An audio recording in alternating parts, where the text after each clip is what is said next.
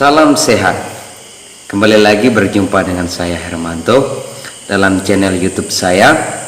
Kali ini kita akan melanjutkan khotbah Yesus di atas bukit, yakni secara khusus dalam ayatnya yang ke-10, 11 dan 12. Dalam ayat ini saya sepakat dan sepaham bahwa ayat 10, 11 dan 12 memiliki inti dan permasalahan sama, yakni dalam hal penganiayaan.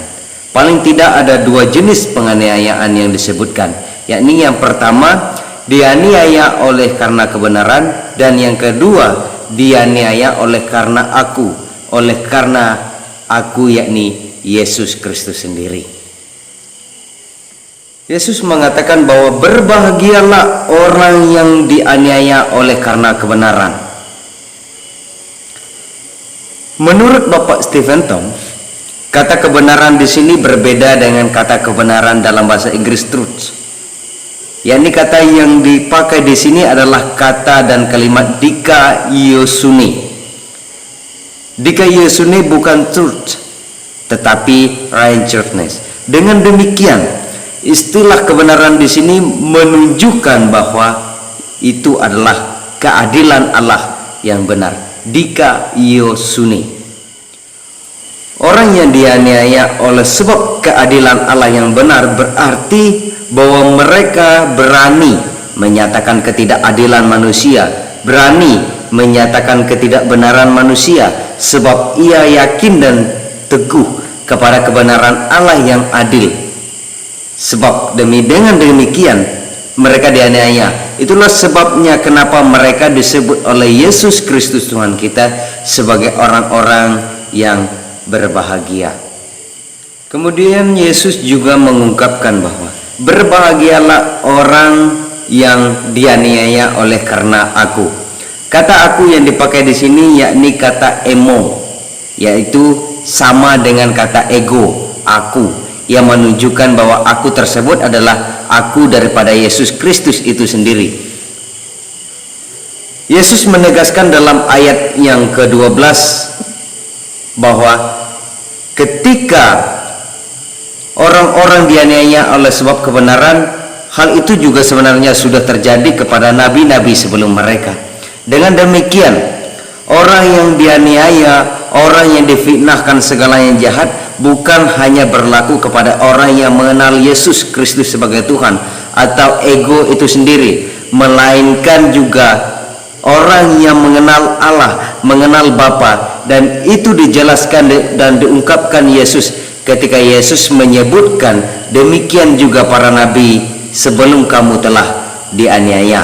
Dengan demikian, penganiayaan yang dimaksudkan adalah penganiayaan yang dilakukan kepada orang-orang percaya, baik kepada Yesus Kristus sebagai Tuhan maupun kepada Allah sebagai pencipta, yakni dianiaya oleh sebab mereka memiliki iman kepada Allah.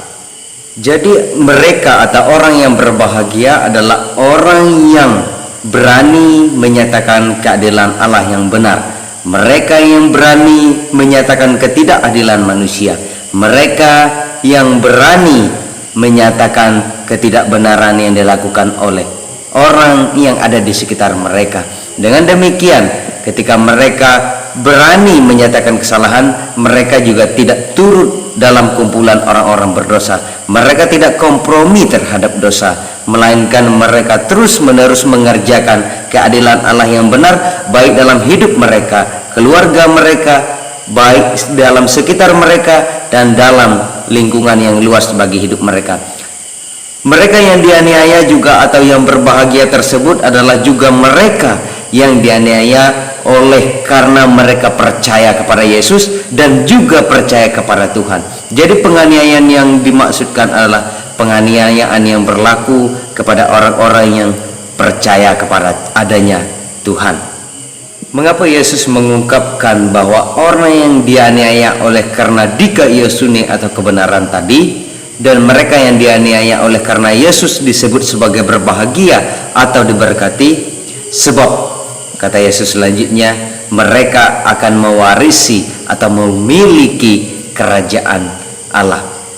Memiliki dan mewarisi kerajaan Allah merupakan hal yang dirindu-rindukan dan dinanti-nantikan oleh semua orang percaya, yakni situasi dan kondisi di mana Allah sebagai Allah memerintah sebagai hakim, memerintah sebagai Tuhan, dan semua orang percaya menjadi anak-anak Allah dalam situasi dan kondisi yang sama, di tempat yang sama, dan bersama-sama dengan Allah.